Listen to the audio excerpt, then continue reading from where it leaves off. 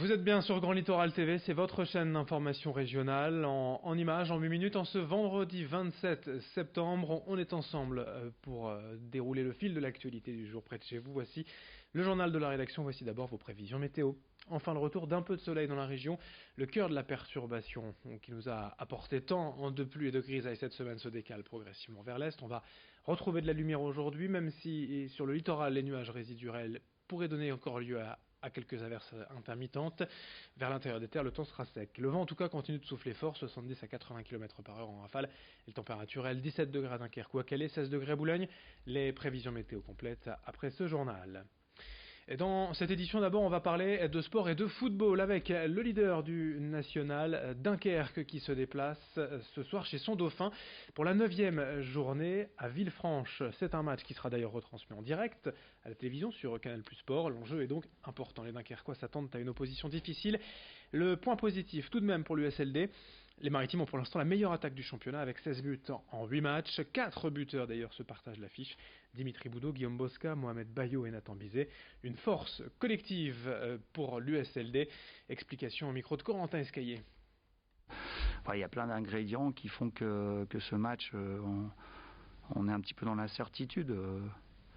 J'ai des jeunes joueurs, je ne sais pas quelle va être leur réaction non plus. Voilà, comment ils vont aborder ça, cet enjeu. Je ne sais pas trop, je suis un peu dans l'inconnu à ce niveau-là.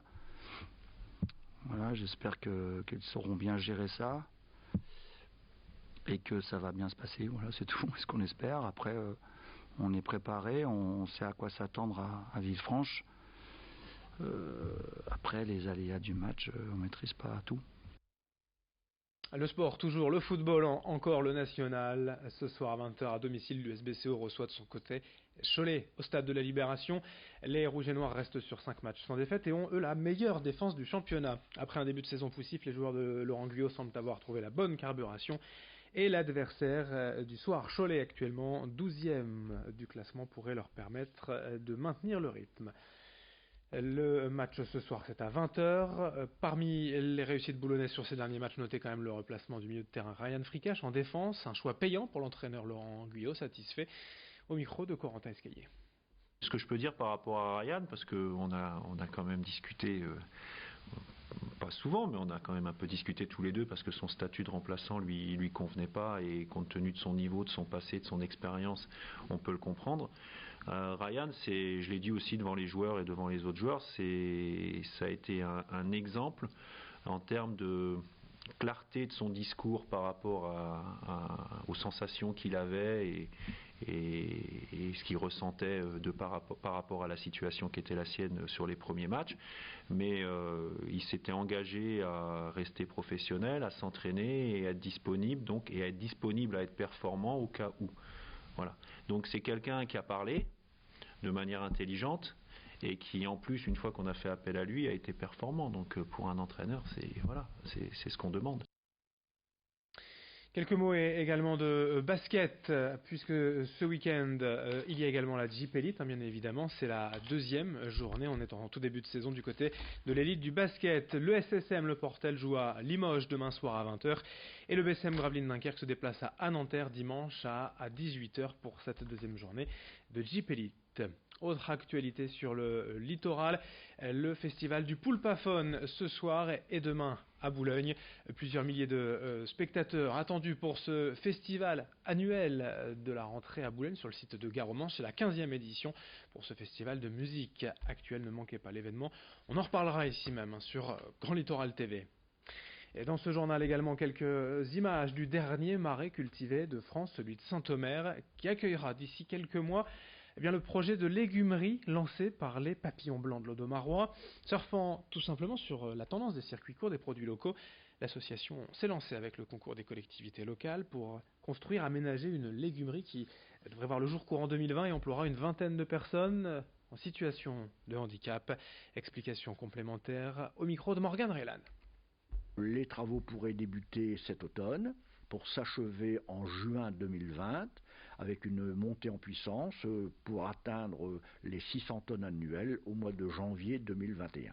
Nous allons employer 20 personnes dont certaines viendront de l'atelier entreprise adaptée du Lobel, mais nous aurons également à faire des embauches. C'est donc leur permettre de se mettre en valeur dans le cadre de ce nouveau projet. L'actualité est nationale et régionale également, on vous en parle depuis plusieurs mois, les difficultés des personnels hospitaliers qui dénoncent un manque de moyens et d'effectifs pour travailler.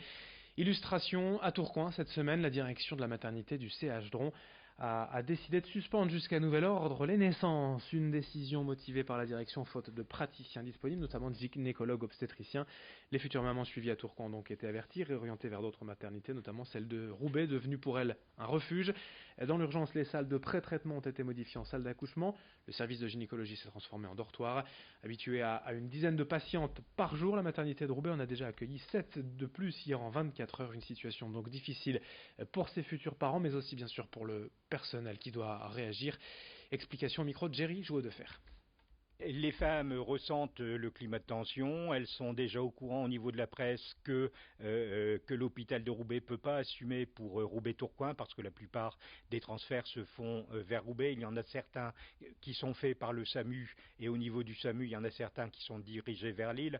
À Lille, il y a aussi des problèmes, tout l'hôpital est tendu. On est dans une situation où tout l'hôpital est tendu, c'est un jeu de cartes, on tire une carte et tout s'effondre. Donc il y a un risque énorme pour que l'ensemble du système tombe. Le problème de la maternité qu'on a chez nous avec l'ouverture, il va se retrouver au niveau des blocs parce que il y a au niveau des blocs, on est avec des effectifs tendus, au niveau de la maternité, on est avec des effectifs tendus, on a des effectifs tendus partout. On n'a plus de poire pour la soif, on n'a plus aucun moyen d'aller plus loin et là les sages-femmes de Roubaix font ce qu'elles peuvent pour assumer mais au détriment de leur santé. Fin de cette édition, merci de votre fidélité. D'autres infos à suivre bien évidemment dans une poignée de secondes. Vos prévisions météo tout d'abord, et puis d'autres images jusqu'au prochain quart d'heure, jusqu'au prochain flash. Très bonne journée à toutes et à tous.